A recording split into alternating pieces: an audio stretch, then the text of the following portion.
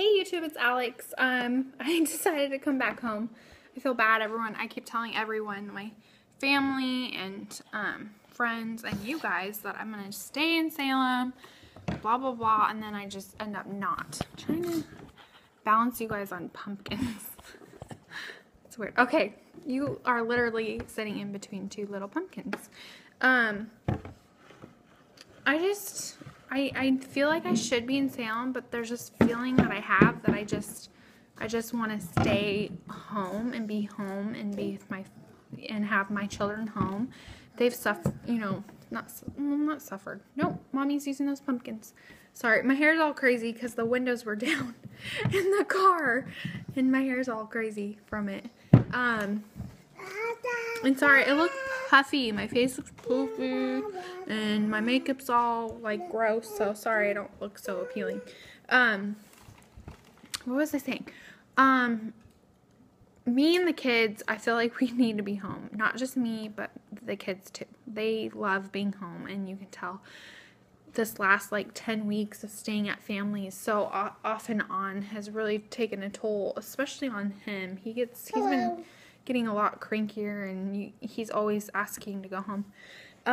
So I brought not a hospital bag. I brought my personal belonging bags. If I was told that I was dilated anymore, then I was going to stay at my sister's. And I had a feeling I'd come home, but I brought it anyway, so I was prepared to stay if I ended up staying. I don't like this angle. And so the doctor said I am still 2 centimeters, but then he said, and then some. So I guess I'm not 3 centimeters, but I'm under it enough for him to say, and then some. So he didn't technically say 2.5. He said, you're about the same, maybe a little more. That's his exact words.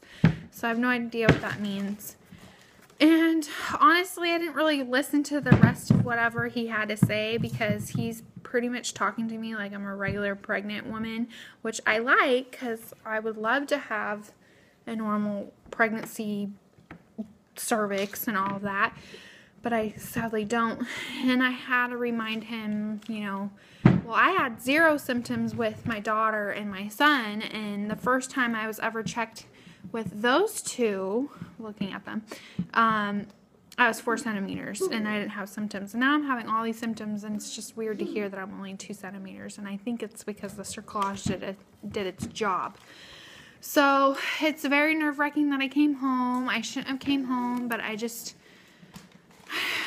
want to be home. And it's kind of complicating Dante's life. I mean, we were going to have him start preschool, and we didn't because of all this messiness. Kira's supposed to go to a certain school.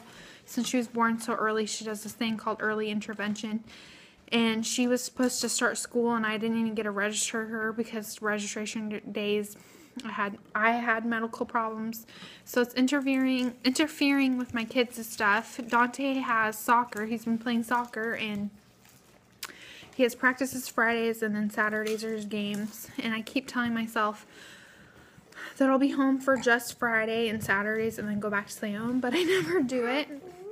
So don't keep holding it to my word that I'm going to stay in Salem. But eventually I'm going to have to just stay in Salem, because this baby will eventually come out. I can't stay pregnant forever. So the doctor explained to me if I go into labor this week, the baby would probably have to be in the NICU for probably a week. If I go into labor, sorry, Kira's being loud. If I have the baby next week, the baby will still go to the NICU, but probably for only a few days, just for observations, which I don't want. And then he told me if I have the baby at 36 weeks, which is when I had Dante, sorry, and I tell you guys a million times, but my due date is literally the day before Dante's due date. So this pregnancy's 36 weeks will be his birthday week. And so I don't want a baby 36 weeks. There's 2 reasons why I don't want to have the baby at the 36-week mark.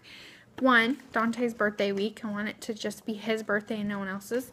2, I always thought it'd be cooler to be pregnant longer than 36 weeks. And the closer they're born to their due date, the easier they're to breastfeed. They're not as difficult to feed.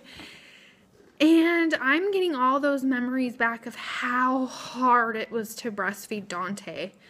He was at 36 weeks, 2 days his birth, and he was a very hard eater. And when he actually was awake and alert to eat, he was terrible at suckling.